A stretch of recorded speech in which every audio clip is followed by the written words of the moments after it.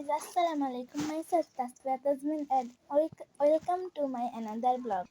Hi guys, Assalamualaikum. Myself Raida Ibnatu and welcome to my first vlog. Guys, ওর ভয়েসটা হলো অনেক আসতে বলে ও। তো আজকে আমরা করতে চলেছি হরর ভিডিও। কারণ গাইজ আমাদের বাসায় হলো ভূত প্রেতের উৎপাত বেশি, তার জন্য।